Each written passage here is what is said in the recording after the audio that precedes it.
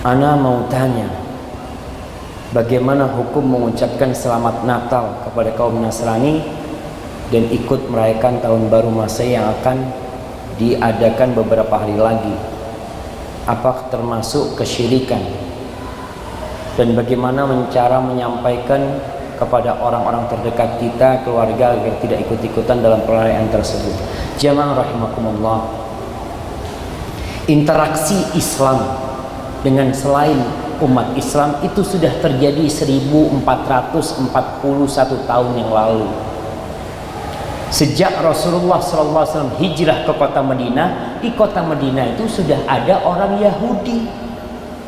Ada kabilah-kabilah besar di kota Madinah. Ada kabilah Bani Nadir, Bani Quraidah, Bani Qainuqa, ada di kota Madinah. Sehingga kalau bicara bagaimana cara menyikapi orang-orang selain agama Islam, Allah sudah turunkan firman-Nya.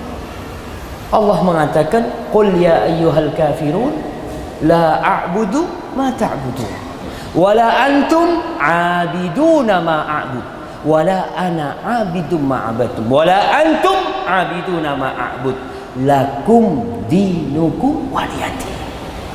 Dalam urusan, dalam konteks agama, maka kita katakan lakum dinukum waliyadin. Monggo mau ibadah silahkan, kita nggak boleh ganggu. Kita nggak boleh mengganggu gereja. Mereka mau ibadah silahkan, jaga keamanan mereka, jangan sampai ada yang menteror mereka. Tapi kalau untuk urusan ibadah, mengucapkan selamat ibadah mereka, maaf, lakum dinukum waliyadin. Agamamu agamamu, agamaku agamaku. Nggak mungkin aku mencampur adukkan agama. Enggak sama. Maka kalau mungkin kita mendengar, tapi ada ustadz yang membolehkan, ustadz katanya boleh mengucapkan selamat Natal. Ahibati fillah, ketika kita mendapatkan perselisihan di antara para ulama, kata Nabi alaihi salatu wasallam, fa'alaikum bisunnati, ikutilah sunnahku, kata Nabi SAW, wa sunnatil khulafa'ir rasyidin al-mahdiyyin min ba'di, ikuti sunnah-sunnah khalifah yang mendapatkan petunjuk setelah aku. Tamassaku biha, pegang teguh dengan sunnah itu. Addu 'alaiha bin nawajid, gigit dengan gigi geraham kalian. Umar bin Khattab itu yang menerima kunci Masjidil Aqsa. Masjidil Aqsa pada waktu itu dikuasai oleh orang-orang Nasrani, dan mereka tiap tahun mengadakan perayaan. Apakah ada dari pihak Umar bin Khattab, umat Islam, yang mengucapkan selamat kepada mereka? Enggak. Umar menjaga keamanan gereja mereka, enggak diganggu, silahkan ibadah di sana. Tapi kalau urusan agama, mohon maaf, lakum dinukum waliyadin. Urusan sosial, kita harus berbuat baik. Tetangga kita yang Nasrani perlu bantuan kita, sakit kita antar ke rumah sakit, dia punya anak melahirkan, kita kasih hadiah anaknya, enggak ada masalah. Itu yang diperintahkan dalam agama kita. Tapi kalau konteksnya urusan ibadah, maaf, lakum dinukum waliyadin, itu cukup jamaah. Dan bicara tahun baru, itu tahun baru orang Nasrani juga. Makanya kita tahu ada tahun Masehi, ada Hijriyah. Masehi itu artinya Kristus, dikatakan Isa al-Masih. Dan itu tahun baru mereka, silahkan mereka merayakan, kita nggak boleh ganggu. Tapi kita umat Islam tahun barunya Hijriyah. Nah, umat Islam punya tahun baru, maka kita saling menghargai, toleransi, tapi jangan mencampur adukkan agama. Kita hidup satu bangsa, satu negeri, kita jaga kerukunan di antara umat, kita toleransi. Mereka beribadah, jangan pernah diganggu, jangan pernah lempar batu kepada gereja mereka, jangan mengganggu mereka beribadah. Tapi kalau untuk turut serta dalam ibadah, mengucapkan selamat, maaf, lakum dinukum waliyadin. Hadza wallahu a'lam bissawab.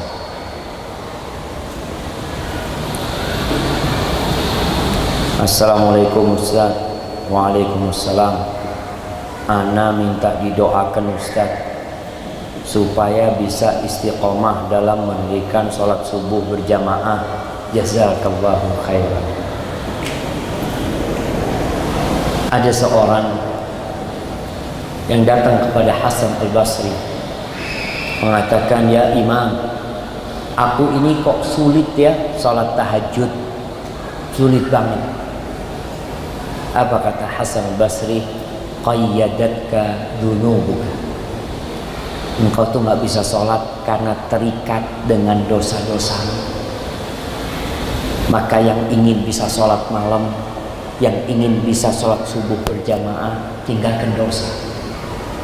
Karena yang membuat kita gak bisa sholat itu dosa kita. Kemudian yang kedua, jangan tidur terlalu malam. Sebelum tidur baca doa, insya Allah itu akan memudahkan sholat subuh berjamaah. Dari akhwat, maka anda doakan juga, Allah yarzuqukum imanan daiman wa qalban saliman. Kasih iman yang selalu, hati yang selamat, sehingga bisa senantiasa sholat subuh berjamaah. Karena jamaah, kalau bicara sholat subuh, sholat yang paling berat buat orang munafik itu sholat subuh sama sholat isya. Kenapa? Sholat zuhur mereka sholat kelihatan, maghrib sholat, asar sholat. Karena orang munafik itu sholatnya riaan, ria. Apa kata Allah? Idza qamu ila sholati qamu kusala yura'unan nas. Mereka kalau bangun sholat males. Jadi kalau antum ke masjid males, hati-hati, mungkin itu munafik. Tapi Ustaz kalau zuhur semangat Ustaz, hati-hati, riak nanti. Karena ingin dipuji orang. Kalau sholat subuh dan isya nggak kelihatan orang dulu jamaah, gelap gulita. Tapi kalau sholat zuhur kelihatan. Assalamualaikum, sholat saya mas, bisa laporan dia. Tapi kalau malam mau laporan sama siapa dia? Hadza wallahu a'lam.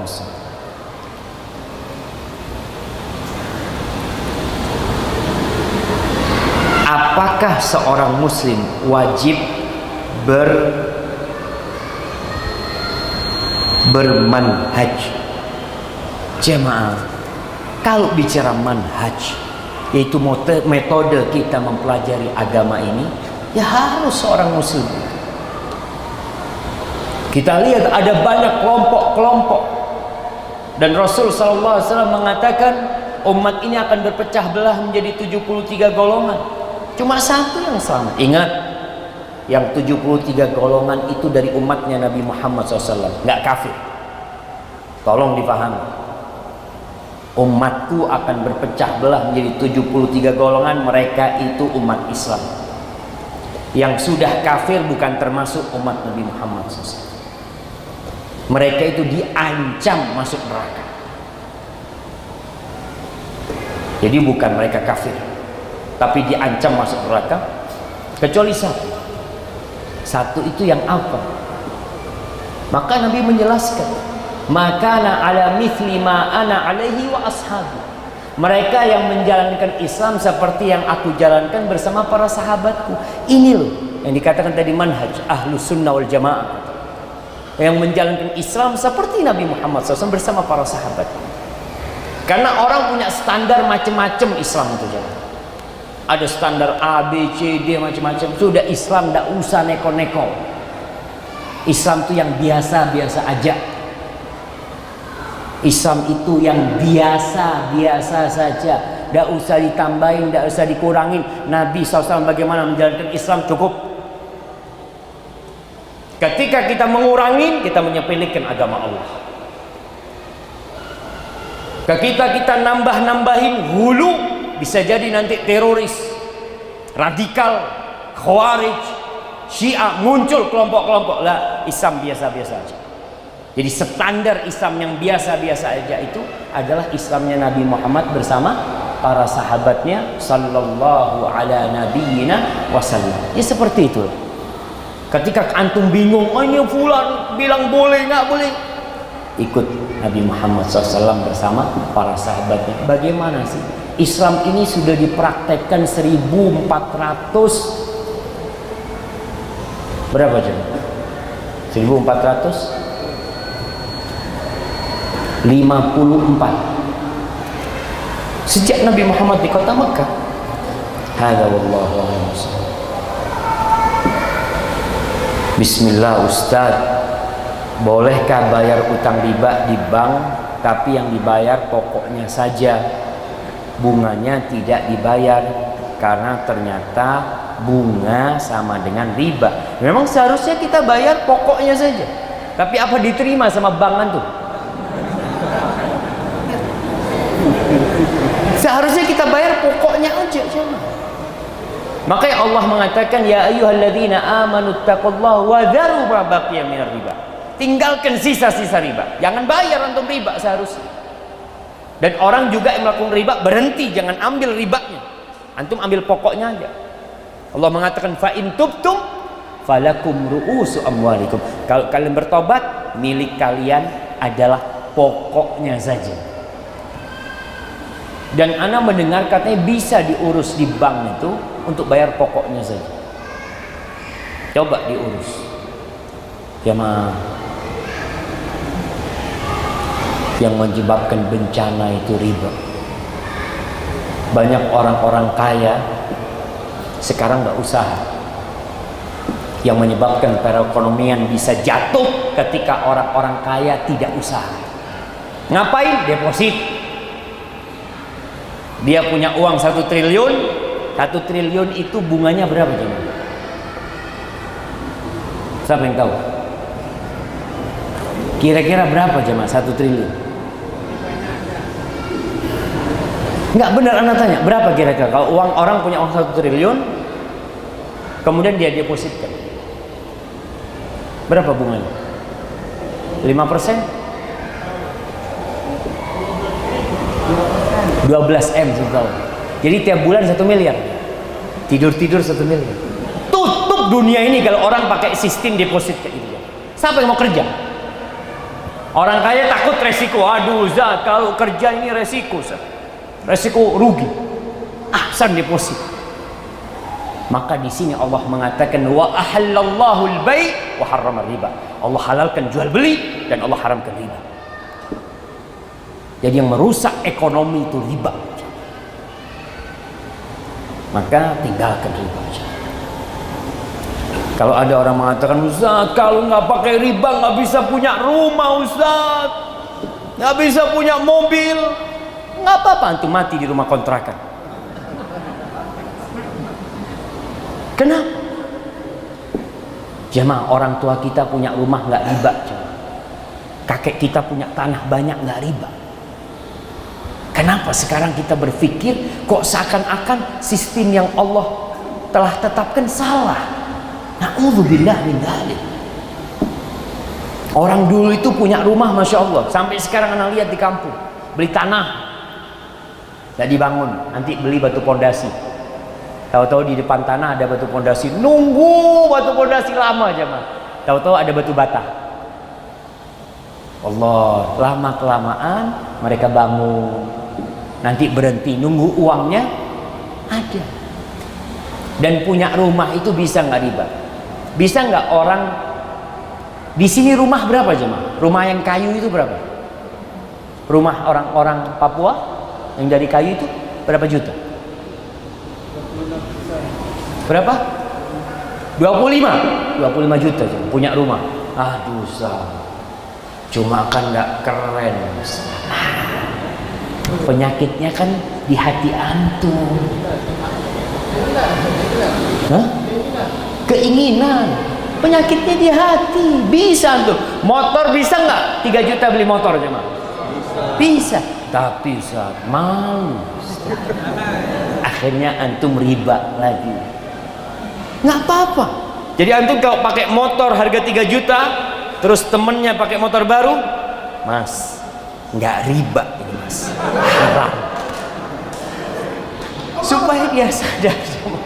Barakallahu fikum.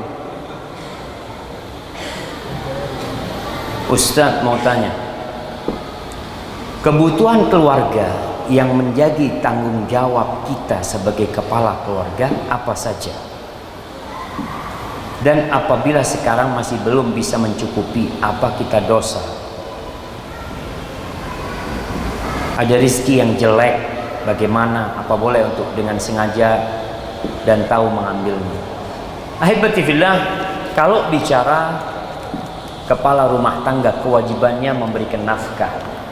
Allah Azza wa Jalla mengatakan di surat At-Talaq, liyunfiq dzu sa'atin min sa'ati wa man qudira alaihi rizquhu falyunfiq mimma atahu. Hendaklah seorang itu memberikan nafkah sesuai dengan kemampuannya, bukan sesuai dengan kebutuhan. Jadi kemampuan. Kalau dia kaya raya, kasih yang banyak sama istrinya.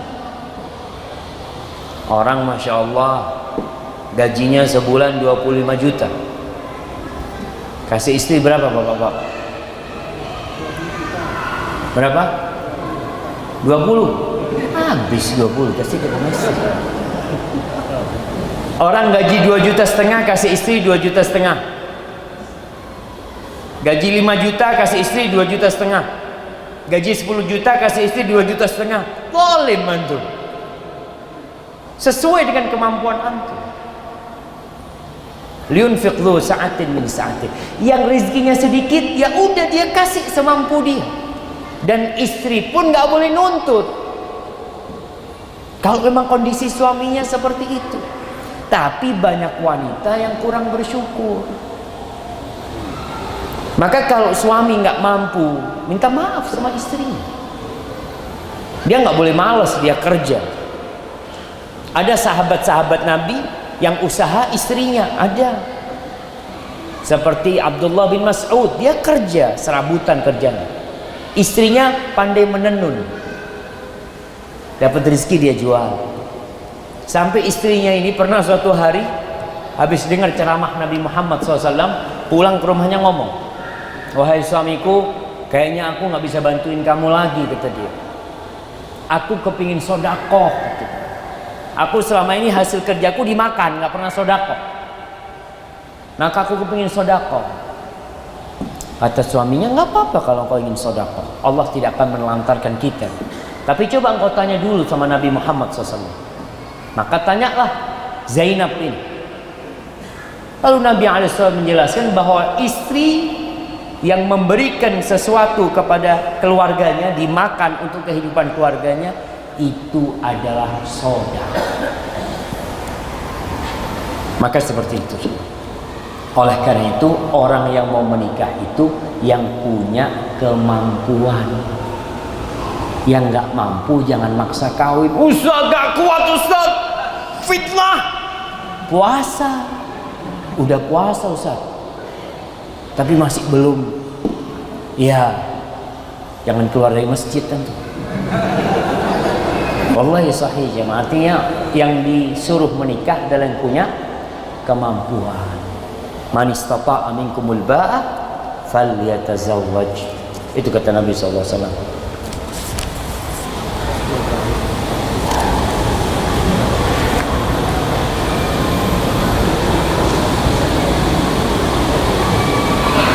Ustaz, istri ana sering berdandan kalau keluar rumah. Padahal ana pengen kalau dandan cuma di rumah saja, biar ana yang pandang. Tolong nasihati istri ana Ustaz, kebetulan dia ada di sini.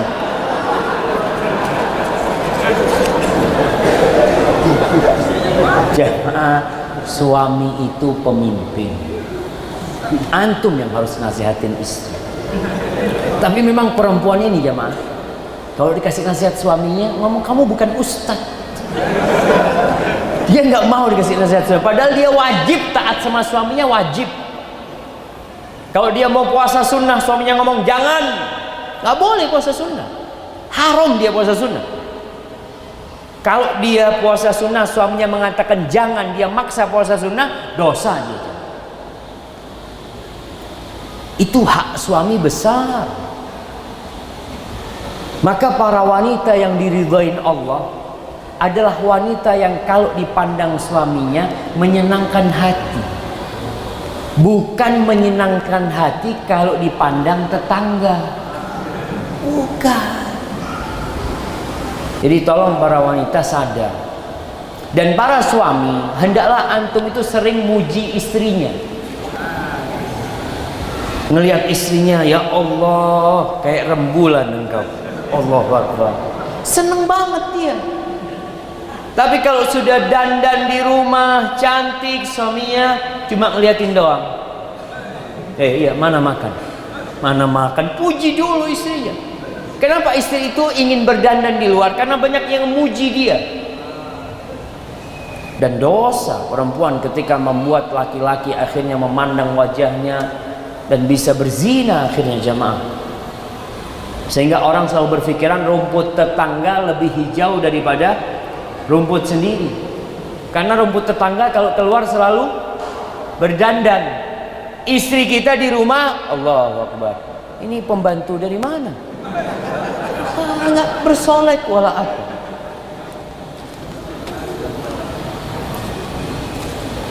Masya Allah, satu pertanyaan terakhir. Masih banyak jemaah pertanyaannya. Udah malam kayaknya jemaahnya, Masya Allah. Tunggu anak lihat pertanyaan yang paling penting jemaah.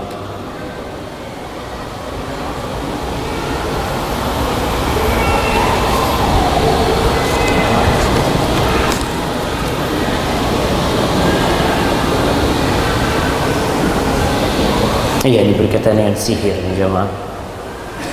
Anda mau tanya Ustaz, dalam proses ruqyah terkadang jin dalam tubuh berkata bahwa yang mengirim sihir itu adalah seorang yang dikenal, dan kita disuruh untuk menasihatin orang yang mengirim sihir tersebut, padahal kita tidak punya bukti.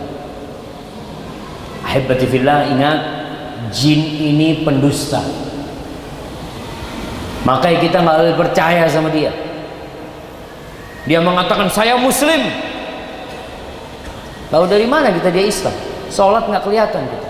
Kecuali yang datang kepada Nabi Muhammad SAW, Allah turunkan wahyu yang menyatakan mereka adalah Islam. Tapi kalau dia ini ngomong saya ini dikirim sama fulan, setan itu salah satu targetnya memecah belah umat. Dia ngomong seperti itu supaya antum berantem sama fulan, padahal yang ngirim orang lain, atau dia sendiri yang ingin masuk ke tempat antum. Maka jangan percaya sama dia. Jangan percaya sama dia. Didakwain jin itu suruh keluar, antum nggak ada urusan. Antum kasih nasihat fulan, fulan yang ngirim anak. Ngomong sama jinnya, kamu kok mau disuruh fulan? Kok kita disuruh nasihatin fulan? Kita kasih nasihat jinnya, bukan nasihatin fulan. Kamu keluar, bertobatlah, tinggalkan tubuh ini. Seperti itu. Jadi bukan kita percaya sama omongan dia. Bagaimana kita menyikapi hal tersebut? Bolehkah kita mengembalikan ilmu sihir itu kepada pengirimnya? La, jamaah. Terus apa bedanya antum sama dia? Sama-sama penyihir antum akhirnya. Padahal kita tahu salah satu dosa terbesar itu as-sihir, yang menyebabkan kekufuran. Sihir itu jemaah. Maka tolong jemaah, banyak orang yang kepingin laris dagangannya datang ke dukun, ke penyihir ya. Dan masih banyak umat Islam melakukan itu jemaah. Ana melihat sendiri. Dulu waktu anak SD, pendidikan agama masih jalan. Kita itu kalau mau maghrib sering melihat panah api ya. Ngelihat panah itu terbang. Pernah suatu malam kita di pesantren, kita melihat ada kendil, lampu apa? Lampu minyak itu terbang jemaah. Kita ngelihat kiriman sihir orang-orang itu jemaah. Dan itu adalah kekufuran, maka hati-hati. Ada buku-buku yang mengajarkan sihir, bahkan buku itu berbahasa Arab. Jangan dipikir sihir itu dari Jawa, dari Arab. Dulu zamannya Nabi Musa alaihissalam sudah ada sihir. Maka zamannya Nabi Sulaiman pun sudah muncul sihir tersebut. Maka hati-hati dengan sihir. Maka antum ruqyah, antum berdoa mohon sama Allah Subhanahu wa taala. Dan kalau ada ucapan yang macam-macam bahwasanya fulan yang mengirim sihir, jangan percaya. Antum doakan fulan dan minta kepada jin itu untuk keluar. Dan kita jamaah hendaklah jangan lupa untuk membaca 3 surat setelah selesai sholat selalu. Qul huwallahu ahad, qul a'udzu birabbil falaq, qul a'udzu birabbin nas. Tolong dibaca dengan hati. Ada orang mengatakan, "Ustaz, ana itu udah rutin zikir pagi petang. Baca qul huwallahu ahad, qul a'udzu birabbil falaq, qul a'udzu birabbin nas, kok masih kena sihir?" Antum baca tidak dengan menghayati. Allah tidak mengabulkan doa dari hati yang lalai. Innallaha la yastajibu du'an min qalbin lahin ghafil. Allah tidak mengabulkan doa dari hati yang lalai dan lupa. Kalau antum baca wa min syarrin naffatsati fil uqad, antum nggak tahu apa naffatsati fil uqad, itu penyihir-penyihir wanita. Tapi antum tidak pernah menghayati bacaan antum. Maka tolong mulai saat ini kaji Al-Quranul Karim dengan maknanya, dengan artinya, tadabburi, dan ketika antum berdoa pun usahakan antum memahami artinya. Jamaah itu yang bisa ana sampaikan, kurang lebihnya ana mohon maaf. Ana ucapkan terima kasih yang sebesar-besarnya kepada pihak PKM Masjid Al-Aqsa ini dan kepada semua yang hadir di tempat ini. Subhanakallahumma wa bihamdika asyhadu an la ilaha illa anta astaghfiruka wa atubu ilaik. Assalamualaikum warahmatullahi wabarakatuh.